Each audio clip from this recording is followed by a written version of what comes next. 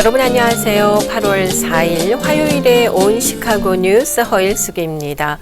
오늘 아침 뉴스를 보니까요. 시카고의 대표적인 여름철 행사 중에 하나죠. 이 더키 더비가 8월 6일 내일 모레입니다. 이 목요일에 열린다는 소식이 있던데요. 사전 행사에 이어서 오후 1시가 되면은 무려 8만 5천여 개의 고무오리가 시카고 강으로 일제히 투하되게 됩니다. 그러면서 오리들의 경주가 시작이 되는데요. 이 말만 들어도 너무 귀엽게 느껴지지 않으시는지요? 저는 해마다 이 행사를 보면 괜히 기분이 좋아지더라고요. 이 행사의 취지는 스페셜 올림픽 일리노이 선수들을 지원하고 또 운영 기금을 마련하기 위한 대대적인 자선 행사입니다. 오리 한 마리가 $10인데요. 여러 가지 패키지가 있습니다. 오리가 많을수록 우승 확률이 높아지기 때문에 한 마리 오리를 구입하는 사람은 없다 그래요. 240마리가 든 다이아몬드 팩도 있다고 합니다. 좋은 일을 위한 자선 행사이기 때문에 특히 이 어린아이들이 있는 부모님들이 굉장히 많이 참여하는 아주 대표적인 행사 중에 하나입니다. 때문에 오리가 늘 조기 완판이 돼요. 미리 온라인으로 예매를 하고 현장에 가시는 것을 권하더라고요. 이 오리를 사면 경주에 자동 등록이 되고 가장 먼저 결승선을 통과한 오리 그 주인에게는 쉐보레 트랙스 자동차를 비롯해서 굉장히 큰 상품들도 주어지게 됩니다. 자, 이렇게 재미있는 행사가 끝나고 나면 이 오리들 어떻게 하지 하는 걱정 또 하실 수도 있잖아요. 그런데 그런 걱정은 안 하셔도 되는 것이요. 경주가 끝나면 또 자원봉사자와 스태프들이 강 전체에 그물망을 펴서 오리를 모두 수거를 합니다. 그래서 다시 세척을 해서 내년 행사에 쓴다고 해요. 때문에 강 오염 걱정 없이 마음껏 행사를 즐기실 수가 있는데요. 아이들뿐 아니라 어른들도 동심으로 돌아갈 수 있는 행사이기 때문에 그야말로 이 오리 인기는 대단합니다. 자, 그런가 하면은 또 다음 주말에는요, 또 하나의 시카고의 대표적인 행사라고 할 수 있죠. 시카고 에어 앤 워터 쇼가 이 노스 애비뉴 비치 일대에서 개최가 됩니다. 매주 이렇게 연이어서 큰 행사들이 열리고 있는 시카고의 여름인데요. 8월 한 달 이 막바지 여러분만의 여름의 추억 잘 만들어 가셨으면 합니다. 자, 화요일에 온 시카고 뉴스 오늘은요. 주요 뉴스 먼저 전해드린 후에 최근 들어서 이민법 관련 이슈들이 계속해서 이 언론에 보도가 되고 있습니다. 이번에도 OPT 신청을 하는 학생들에게 $100,000를 부과할 수도 있다. 이런 보도들이 있었잖아요. 자세한 소식을 나우 이민의 김영원 변호사님께 들어보도록 하겠습니다.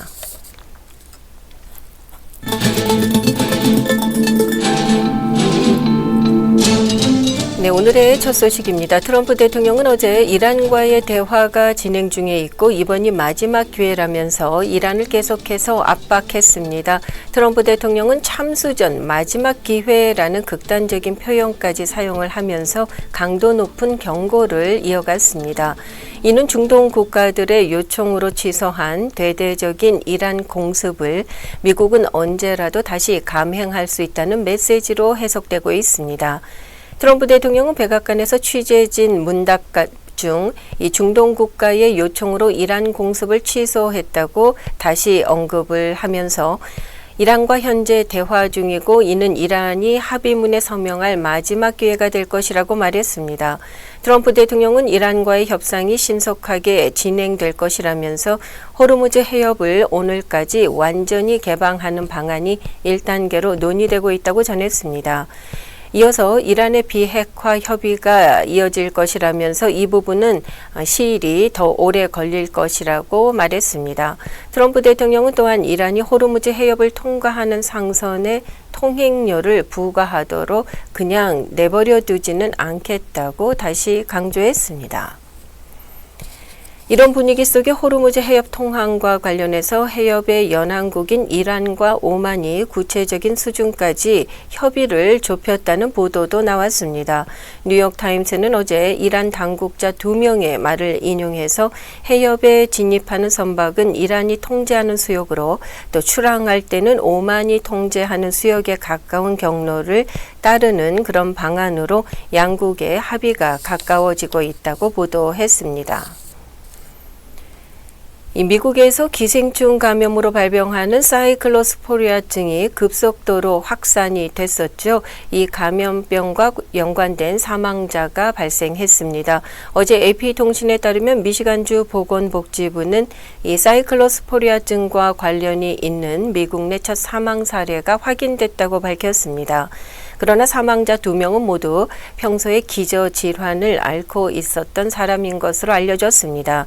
때문에 감염 후 장질환과 탈수에 영향을 받은 것으로 추정되고 있습니다.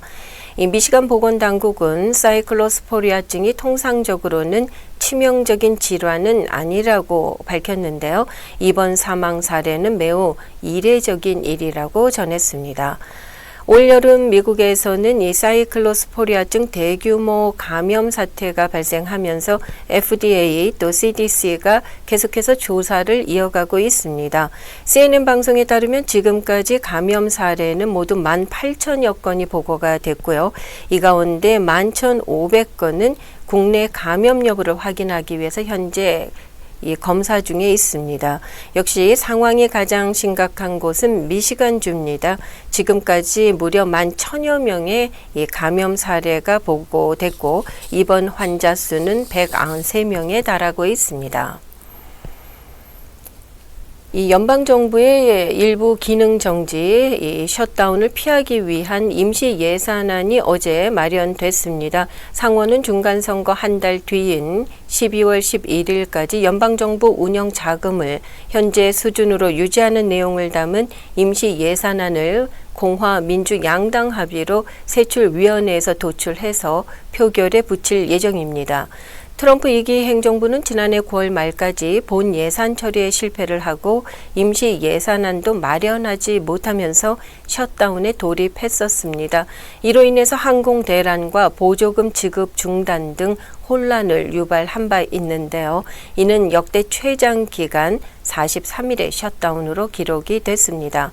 올해 들어서도 트럼프 행정부의 강경 이민 정책 등을 이유로 국토안보부가 부분 셧다운에 들어가서 76일 말인 지난 4월 30일에 가까스로 종료됐었습니다. 이 뉴욕, 캘리포니아 등 민주당 소속 주지사가 이끄는 25개 주가 어제 트럼프 행정부의 무역법 301조 강제 노동 관세가 위법하다면서 소송을 제기했습니다.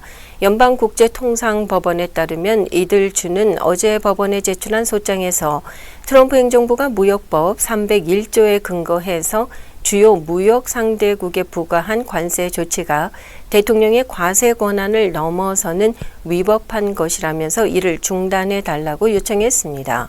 25개 주는 이번 소장에서 트럼프 대통령과 연방정부 관료들이 연방대법원의 판결로 이미 무효가 된 이 상호 관세를 대체하기 위해서 이같이 무역법 301조를 위법하게 활용했다고 주장했습니다. 이어서 시카고 소식입니다. 이 새로운 US 뉴스 앤 월드 리포트 순위에서 시카고에 있는 두 병원이 다시 한번 전국 상위 20위권에 이름을 올렸습니다. 노스웨스턴 메모리얼 병원, 러쉬 대학 메디컬 센터 모두 US 이 월드 리포트의 명예의 전당에 선정이 됐고요. 이는 미국 최고의 병원들을 인정하는 순위에 해당합니다. 이번에 발표된 최고 병원 목록은 환자 치료, 환자의 결과, 환자의 경험, 또 직원 배치 등 14개 전문 분야와 여러 지표를 기준으로 전국에서 약 4,500개의 병원을 평가한 결과입니다. 이 연방학자금 대출 채무 불이행 디폴트가 급증하면서 약 1,000만 명의 대출자가 채무 불이행 상태에 빠져 있고요. 여기에는 일리노이주의 대출자의 약 20%가 포함이 되어 있는 것으로 전해졌습니다. 연방학자금 지원국이 발표하고 AP통신이 분석한 최근 데이터에 따르면은 코로나19 시대의 대출 보호 조치 또 이후에 있었던 바이든 행정부가 시행한 온램프 프로그램이 종료됨에 따라서 현재 약 950만 명의 대출자가 학자금 대출 채무 불이행 상태에 놓여 있습니다. AP통신의 데이터 분석 결과 미시시피, 뉴멕시코, 애리조나 등 여러 주에서 대출자의 4분의 1 이상이 채무 불이행 상태에 놓여 있는 것으로 나타났습니다. 이 데이터에 따르면 일리노이주에서는 대출자의 18% 이상이 현재 연방학자금 대출 채무 불이행 상태인데요. 이러한 채무 불이행의 급증은 코로나19 팬데믹 기간에 시행이 됐었습니다. 3년간의 상환 유예 조치가 2023년에 만료된 후 발생했습니다. AP통신에 따르면 채무 불이행은 대출자가 장기간 상환을 하지 않을 때 발생하는 것인데요. 이로 인해서 임금 압류를 포함한 다양한 제재가 따르게 됩니다. 이 시카고시와 문화예술국은 오는 8월 15일과 16일 공군 썬더버드와 또 육군 골든 나이츠 등이 참여하는 대형 에어쇼죠. 이것이 노스애비뉴 비치 일대에서 개최된다고 발표했습니다. 앞서 말씀드린 대로 목요일 시카고강에서 8만 5천 개의 고무오리를 띄우는 자선 레이스 이벤트 열리게 됩니다. 이번에도 또 대규모 관람객이 모일 예정이라는 보도입니다. 이 악천후 증가로 인해서요, 일리노이주의 주택보험료도 전국 평균보다 빠른 속도로 상승하고 있습니다. 일리노이주 검찰총장은 최근 발생한 폭우와 또 폭풍 피해 복구 작업을 노린 계약 사기가 기승을 부리고 있다면서 주민들의 주의를 당부했습니다. 이어서 날씨입니다. 오늘 대체로 맑겠지만 매우 습한 날씨 보이겠습니다. 최고 85도, 최저 70도. 수요일인 내일 대체로 흐리겠고요. 곳에 따라 비나 뇌우가 예상됩니다. 최고 80도. 현재 기온은 73도 나타내고 있습니다.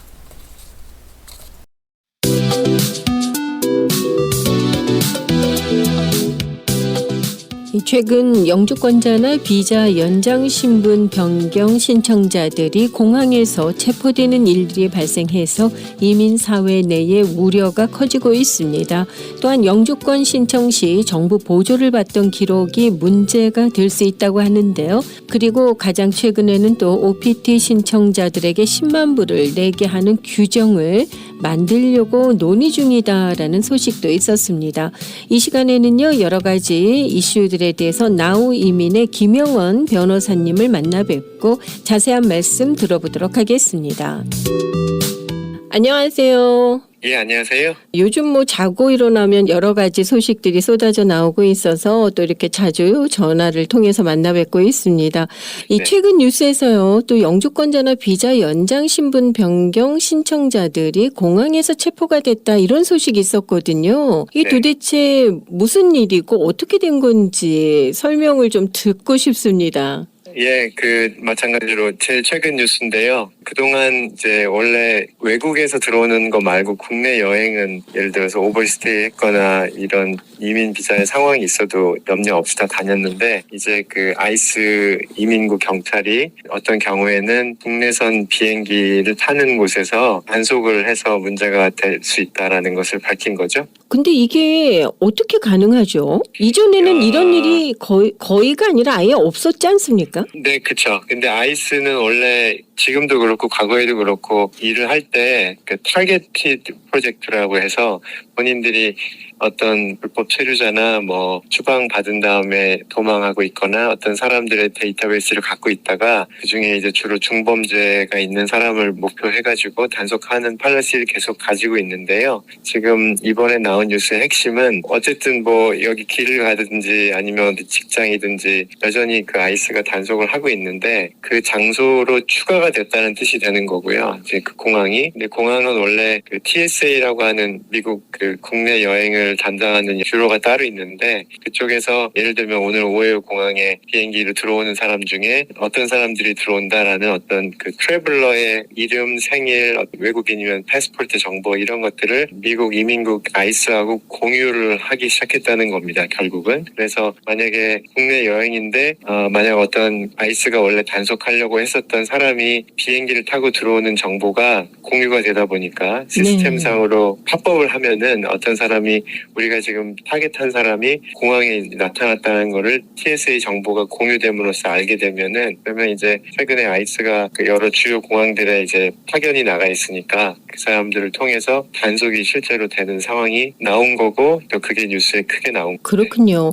이 정보가 공유된다는 건 특히 미국 같은 경우에는 비행기를 정말 고속버스처럼 이용하는 곳이잖아요. 그렇죠. 이 네, 수많은 네. 사람들의 정보가 뭐 이전에는 사람의 힘으로는 사실 불가능한 거였는데 이것도 역시 AI의 발전 때문에 자꾸 이런 변화들이 가속도가 붙는다고 보시는지요? 네, 예, 정확하게 이해하신 건데요. 페이퍼 보면서 그 옛날에는 그랬겠지만 지금은 누가 그렇게 할 수 있겠어요? 그러니까 미국이라는 나라가 연방주 나라가 워낙 크고 하다 보니까는 이제 통제하는 시스템이 거의 없다가 기계가 AI 시스템으로 정보가 이제 사람이 실제로 뭘 이렇게 들여다보지 않아도 굉장히 빠른 속도로 순식간에 공유가 되는 세상이 되다 보니까 과거에는 조금 숨어서 살 수 있는 그런 영역이 더 많았다면 이제는 점점 그런 부분이 드러날 수밖에 없는 세상이 된다. 이렇게 이해를 해야 될 것 같습니다. 그렇군요. 혹시 이 부분에 좀 해당이 될 수 있는 분들 좀 어떤 것들을 앞으로 주의를 하셔야 될까요? 지금 한 며칠 동안 저희 뭐 의료인들도 그렇고 질문이 많이 저한테 오는 게 뭐냐면 이제 뉴스에 어떤 식으로 났냐면 일단 뭐 예를 들어서 가장 이제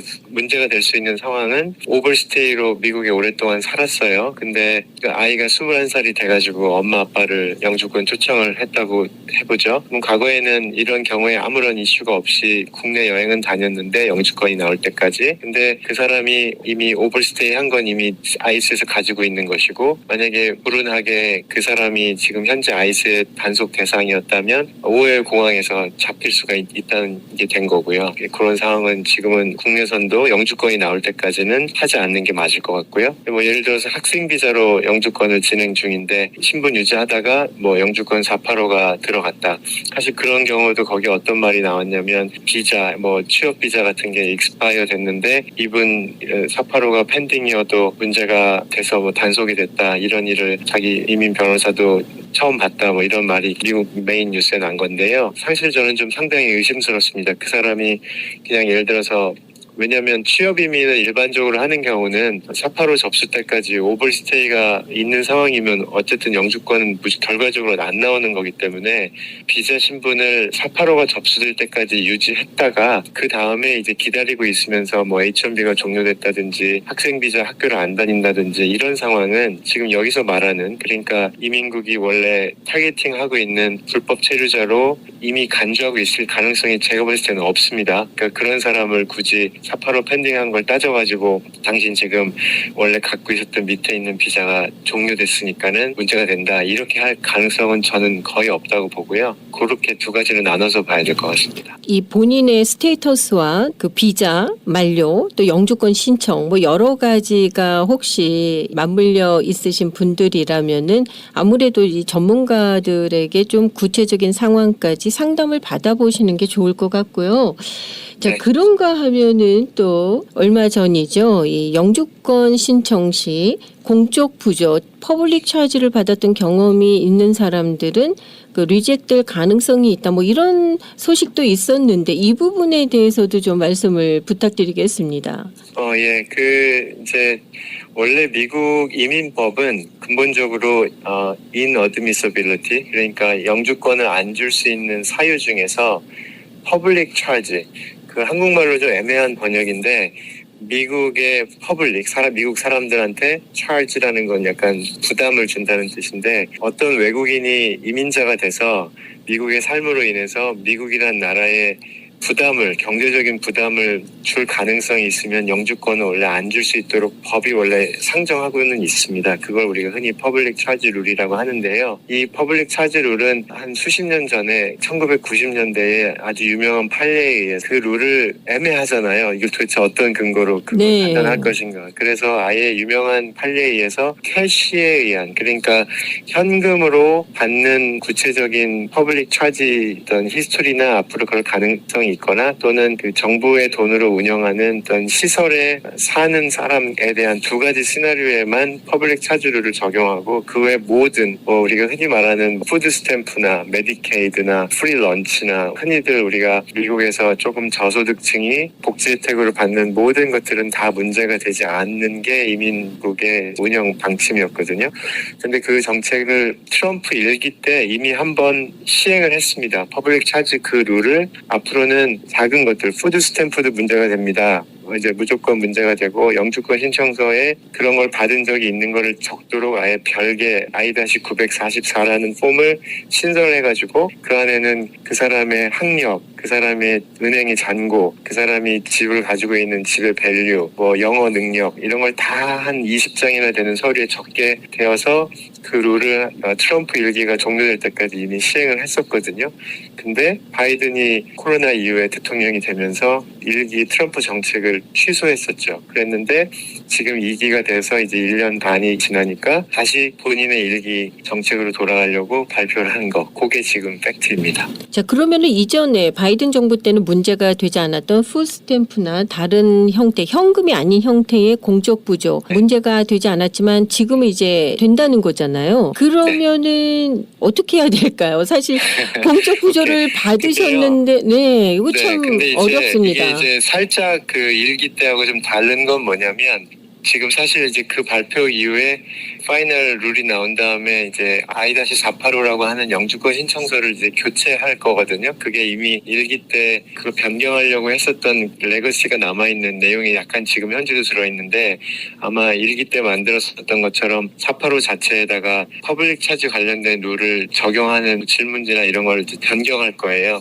그게 어떤 내용으로 최종적으로 되느냐에 따라서 일단 1차적으로 우리가 어떤 부담을 갖게 될지가 결정될 것 같고요.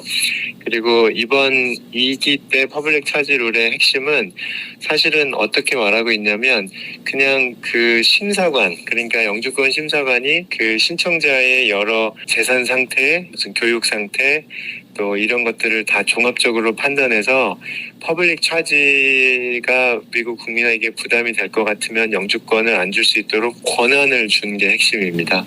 그러니까 우리가 영주권 서류를 넣고 마지막에 나올 때까지 사실은 조선시대 사또 재판 비슷한 상황이 되는 거죠. 상당한 재량이 맡겨놓는 거라서 저희 이민자 입장에서는 일단 아직 한 2년 정도 남은 트럼프 기간 동안에는 조금이라도 나은 상황이 되려면 받으시는 것을 좀 이민 절차 중이라면 잠깐 안 하는 게 맞을 것 같고요. 그리고 이미 벌어진 일은 어쩔 수 없는 것이고 그런 다음에 이제 나중에 심사관이 그걸 어떻게 나오는가를 봐서 또 대책을 세우고 이제 이런 숙제들이 남아 있는 거죠. 그렇군요. 그리고 또 오늘 마지막 질문이 될 것 같습니다. 예. 가장 최근의 소식이죠. 지난번에 그 유학생 비자도 4년만 주겠다. 이 변화도 굉장히 큰 거였잖아요. 네. 예. 그런데 이제 공부가 끝난 학생들이 OPT를 신청할 때 10만 불을 내야 한다. 이런 뉴스들이 있었어요. 이거 도대체 어떻게 해야 되는 건가요? 요즘 그냥 뭐만 하면 10만 불이에요. 그죠?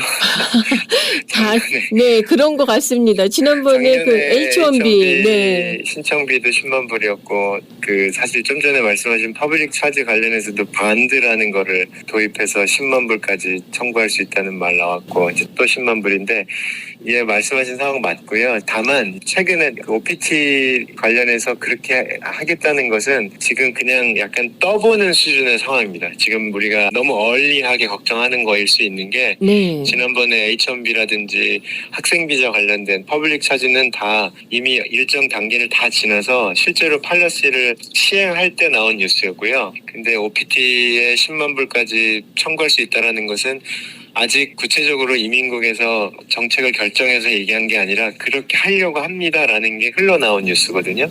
그래서 1차적으로는 너무 아주 얼전시 있게 생각할 필요는 없을 것 같고요. 그리고 제가 변호사로서 쭉 지금 상황을 볼 때 제가 하나 말씀드릴 수 있는 것은 그 H-1B 10만 불 신규 케이스도 결국 아주 최근에 최종적으로 매사추세츠 법원에 의해서 정부의 10만 불 팔레시가 사실상 완전 중지가 된 상황이라서 H-1B 신규 신청자도 지금 이번에 접수한 사람은 10만 불을 안 내고 아마 H-1B가 나올 상황이거든요. 그렇기 때문에 사실 OPT 학생 비자 끝난 다음에 1년에서 3년 동안의 실습을 위해서 푼돈 어떻게 보면 그렇죠. 그 OPT 일을 하려고 노동 허가를 받는 제도인데 거기에 10만 불을 물린다는 거는 형평성이든 뭐든지 말도 안 되는 일이기 때문에 사실 그 내부적으로 검토를 할 때 H-1B 팔러시가 이런 심한 법원의 견제에 의해서 주저앉은 거를 생각해 보면은 OPT의 경우에 돈을 더 그만큼 청구한다는 것은 더 현실화되기 어려운 것이거든요. 제 생각에는 그냥 레토릭이라고 하죠. 그 이제 지지자들을 내가 이렇게 노력을 합니다. 이제 해외 유학생들한테서 자국민의 일자리를 빼앗아 가는 것을 내가 이렇게 막으려고 애를 쓰고 있습니다라고 이렇게 말하는 그런 정도로 봐야 되지 않나 개인적으로 생각하는데 네. 이제 그 앞으로는 어떻게 될지는 좀 더 두고 봐야 될 것 같습니다. 그렇습니다. 누가 10만 불씩 내고 OPT 받아서 미국에서 남아서 일을 하려고 하겠습니까? 최근에 쏟아져 나오는 여러 가지 이슈들 때문에 바쁘시겠습니다. 네. 예. 하던 일 외에 이제 추가돼서 어려운 고민들이 많으시기 때문에 제 일과 중에 상당 많은 시간이 관련된 질문이나 전화나 이메일에 이제 응답드리고 이제 하는 시간이 좀 많이 쓰여지죠. 그렇군요. 가장 최근에 또 가장 많이 받으신 질문은 뭐였습니까? 학생 비자 이슈입니다. 왜냐하면 진짜로 그 상황은 거의 모든 그 영주권 신청자분들이 뭐 한 80~90%에 해당되는 상황이기 때문에 학생 비자를 영주권이 나올 때까지 어떻게 유지할 것인가에 대해서 학교들도 비상이고요. 그러니까 네. 학교에서는 어떻게 말하는데 나는 어떤 과정으로 학생 비자를 유지해야지 앞으로 몇 년 동안 여기 있을 수 있는가 그 고민이 많으시기 때문에 저도 사실 굉장히 걱정이고요.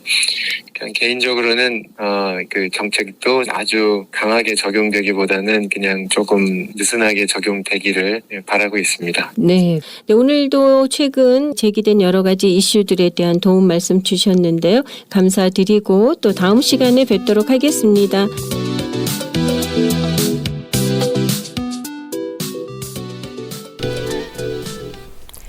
네, 현재 이 스테이터스로 고민하고 계신 분들께 좀 도움이 됐으면 합니다. 이 나우 이민의 김영원 변호사님 만나 뵙습니다. 자, 오늘 준비된 찬양 약할 때 강함 대신에 전해드리면서 저는 이만 여기에서 인사드리겠습니다. 오늘도 함께해 주신 여러분께 감사드리고요. 저는 내일 이 시간에 다시 오겠습니다. 안녕히 계십시오. 약할 때 강함 되시네 나의 보배가 되신 주 나의 모든 것 주 안에 있는 보물을 나는 포기할 수 없네 주 나의 모든 것 약할 때 강함 되시네 나의 보배가 되신 주 나의 모든 것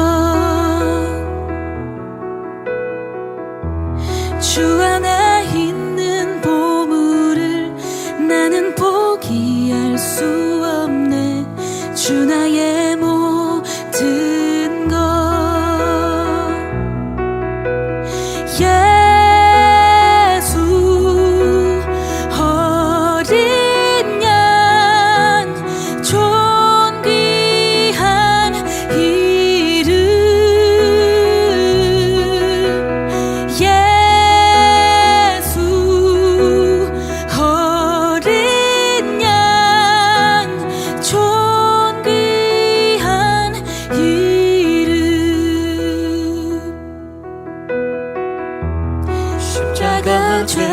죄사하셨네 주님의 이름 찬양해 주 나의 모든 것